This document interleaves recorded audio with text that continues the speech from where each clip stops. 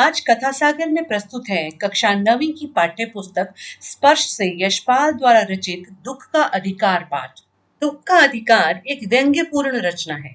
इसमें इस बात पर दुख प्रकट किया गया है कि लोग गरीबों के दुख को दुख नहीं समझते। हमारे देश में कुछ अभागे लोग ऐसे भी हैं कि जिन्हें दुख मनाने का भी अधिकार नहीं है। तो आइए पढ़ते हैं पाठ। मनुष्यों की पोशाकें उन्हें विभिन्न श्रेणियों में बांट देती हैं। प्राय पोशाक की समाज में मनुष्य का अधिकार और उसका दर्जा निश्चित करती है। वह हमारे लिए अनेक बंद दरवाजे खोल देती है। परंतु कभी ऐसी भी परिस्थिति आ जाती है कि हम जरा नीचे झुककर समाज की निचली श्रेणियों की अनुभूति को समझना चाहते हैं। उस समय ये पोशाक ही बंधन और अड़चन बन जाती है। जैसे वायु की लहरें कटी हुई पतंग को सहसा भूमि पर नहीं गिर जाने देती, उसी तरह खास परिस्थितियों में हमारी पोशाक हमें झुक सकने से रोके रहती है। बाजार में फुटपाथ पर कुछ खरबूजे डलिया में और कुछ जमीन पर बिक्री के लिए रखे जान पड़ते थे। खरबूजों के समीप एक अधेड़ उम्र की औरत बैठी रो रही थी। खरबूजे बिक्री के लिए थे, परंतु उन्हें खरीदने के लिए कोई कैसे आगे बढ़ता। खरबूजों को बेचने वाली तो कपड़े से मुंह छिपाए सिर को घुटनों पर रखे फफक फफक कर रो रही थी।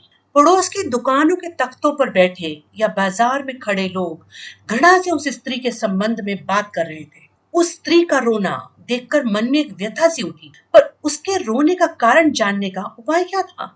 फुटपाथ पर उसके समीप बैठ सकने में मेरी पोशाक की व्यवधान बन खड़ी हो गई। एक आदमी ने घृणा से एक तरफ थूकते हुए कहा, क्या जमाना है, जवान लड़के को मरे पूरा दिन नहीं बीता और ये बेहया दुकान लगा के बैठे हैं।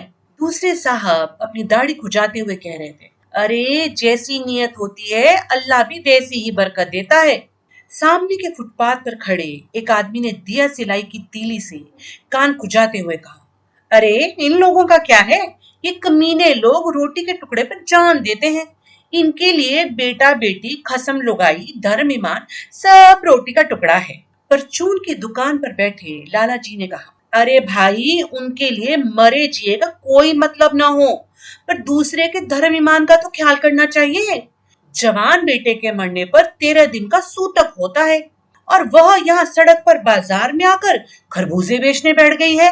1000 आदमी आते जाते हैं, कोई क्या जानता है कि इसके घर में सूतक है। कोई इसके खरबूजे खा ले तो उसका ईमान धर्म कैसे रहेगा। क्या अंधेर है। पास पड़ोस की दुकानों से पूछने पर पता लगा उसका 23 बरस का जवान लड़का था। घर में उसकी बहू और पोता पोती हैं। लड़का शहर के पास 1.5 बीघा भर जमीन में कछियारी करके परिवार का निर्वाह करता था। खरबूजों की डलिया बाजार में पहुंचाकर कभी लड़का स्वयं सौदे के पास बैठ जाता, कभी माँ बैठ जाती। लड़का परसों सुबह मुंह अंधेरे बेलों में से पके खरबूजे चुन रहा था। गीली मेड़ की तरावट में विश्राम करते हुए एक सांप पर लड़के का पैर पड़ गया। सांप ने लड़के को डस लिया। लड़के की बुढ़िया माँ बावली होकर ओझा को बुला लाई। झाड़ना फूंकना हुआ, नागदेव की पूजा हुई। पूजा के लिए दान दक्षिणा चाहिए। घर में जो कुछ आटा और अनाज था दान दक्षिणा में उठ गया। माँ बहू और बच्चे भगवाना से लिपट लिपट कर रोए, पर भगवाना जो एक दफे चुप हुआ तो फिर न बोला। सर्प के विष से उसका सब बदन काला पड़ गया था। जिंदा आदमी नंगा भी रह सकता है, परंतु मुर्दे को नंगा कैसे विदा किया जाए। उसके लिए तो बजाज की दुकान से नया कपड़ा लाना ही होगा, चाहे उसके लिए माँ के हाथों के छन्नी कंकना ही क्यों न बिक जाए। भगवाना परलोक चला गया। घर में जो कुछ चुनी भूसी थी सो उसे विदा करने में चली गई। बाप नहीं रहा तो क्या। लड़के सुबह उठते ही भूख से बिलबिलाने लगे। दादी ने उन्हें खाने के लिए खरबूजे दे दिए, लेकिन बहू को क्या देती। बहू का बदन बुखार से तवे की तरह तप रहा था। अब बेटे के बिना बुढ़िया को ध्वनि च्वन्नी भी कौन उधार देता। बुढ़िया रोते रोते और आंखें पोंछते पोंछते भगवाना के बटोरे हुए खरबूजे डलिया में समेट कर बाजार की ओर चली। और चारा भी क्या था। बुढ़िया खरबूजे बेचने का साहस करके आई थी, परंतु सिर पर चादर लपेटे सिर को घुटनों पर टिकाए हुए फफक फफक कर रो रही थी।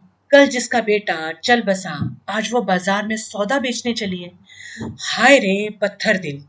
उस पुत्र वियोगिनी के दुख का अंदाजा लगाने के लिए पिछले साल अपने पड़ोस में पुत्र की मृत्यु से दुखी माता की बात सोचने लगा। वह संभ्रांत महिला पुत्र की मृत्यु के बाद 2.5 मास तक पलंग से उठ न सकी थी। उन्हें 15-15 मिनट बाद पुत्र वियोग से मूर्छा आ जाती थी और मूर्छा न आने की अवस्था में आंखों से आंसू न रुक सकते थे। वो दो डॉक्टर हरदम सिरहाने बैठे रहते थे, हरदम सिर पर बर्फ रखी जाती थी। शहर भर के लोगों के मन उस पुत्र शोक से द्रवित हो उठे थे। जब मन को सूझ का रास्ता नहीं मिलता तो बेचैनी से कदम तेज हो जाते हैं। उसी हालत में नाक ऊपर उठाए राह चलतों से ठोकरे खाता मैं चला जा रहा था। सोच रहा था, शोक करने, गम मनाने के लिए भी सहूलियत चाहिए और दुखी होने का भी एक अधिकार होता है। तो दोस्तों, इसी के साथ ये रचना यहीं समाप्त हुई। मिलते हैं जल्दी नई रचना के साथ। धन्यवाद।